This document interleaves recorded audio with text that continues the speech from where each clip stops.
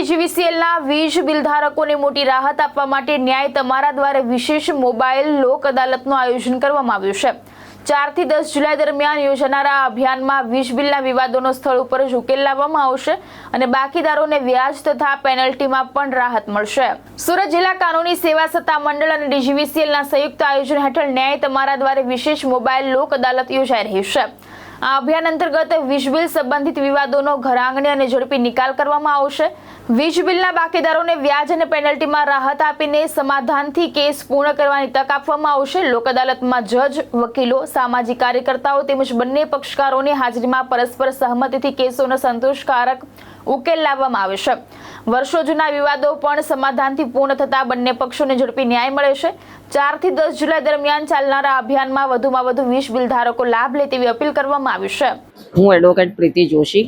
લોક અદાલત એટલે લોકો માટે, લોકોથી અને લોકો દ્વારા ચાલતી અદાલત। લોકોના મનમાં એમ હોય છે કે લોક અદાલત એ શું છે? એક ડર હોય છે કે કંઈક બળજબરીથી સમાધાન થાય તો, પણ એવું બિલકુલ નથી।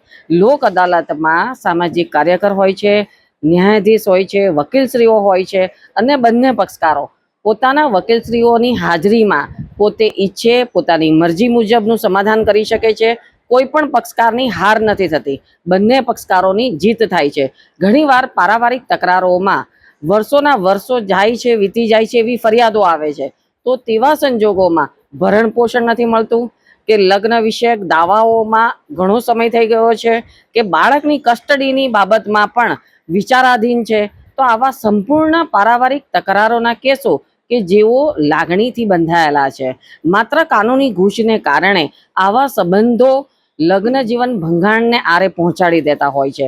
ત્યારે આવા સંજોગોમાં લોક અદાલત એક આશીર્વાદ સમાન છે, જેથી કરીને જ્યારે પારિવારિક તકરારો હોય, ખોરાકીના કેસો હોય, લગ્ન વિષયક દાવા હોય કે બાળકોની કસ્ટડીના હોય, ભરણ પોષણના પેન્ડિંગ રકમ મેળવવાના દાવા હોય, તો એ તમામ બાબતો આપણે આપણી લોક અદાલત જે આગામી 11 જુલાઈના રોજ જિલ્લા ન્યાયાલય ખાતે રાષ્ટ્રીય લોક અદાલતનું આયોજન છે, તો તેમાં આપ સૌએ આપના વકીલશ્રીઓ દ્વારા આપના આવા કેસો લોક અદાલતમાં તમે અચૂક મૂકશો, જેથી કરીને સમય અને શક્તિનો વ્યય બચી જશે અને આપણે ઝડપી ન્યાય મળશે અને બંને પક્ષકારોની જીત થશે અને સંબંધોમાં ફરી પાછું સૌહાર્દપૂર્ણ સ્થાપિત થશે અને લોક અદાલતથી બંને પક્ષકારોની જીત થશે।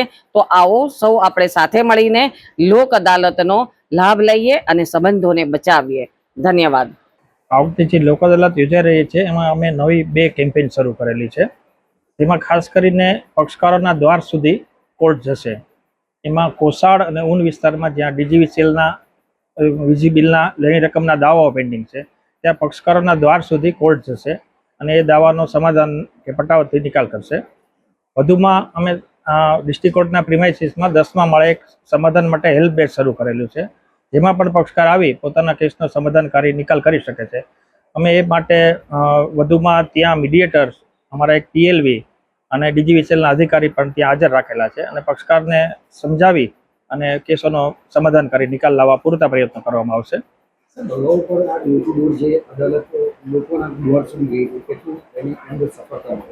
અગાઉ 2 કે 3 વખત કોસાડ અને ઊન વિસ્તારમાં ગયેલી, ત્યારે પણ ઘણી સફળતા મળી અને લગભગ 150 જેવા દાવાનો સ્થળ ઉપર નિકાલ થયેલો। અમારી 2 કે 3 ટીમો અત્યારે અમે ડિપ્લોય કરેલી છે। એમાં આજે અને આવતીકાલે કોસાડ વિસ્તારમાં છે અને સોમવારથી ઊન વિસ્તારમાં જવાની છે।